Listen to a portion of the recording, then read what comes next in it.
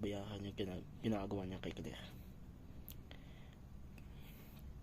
Pangako, kapag nananaman ko kung sinasaktan niya si Claire dahil kay Sarah, papatayin ko yan. Di ako nagtimpi. Hihintay ko siya bukas. Di ako nakapagalipas ng pan sa araw na to. Hindi pa ako nagagati sa kanya. Malamang tutulayan ko.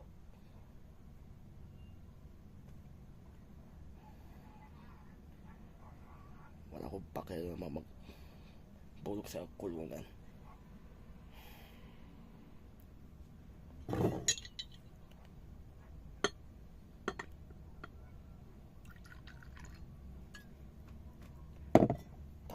Tatapusin ko yung araw nito doon sa school namin.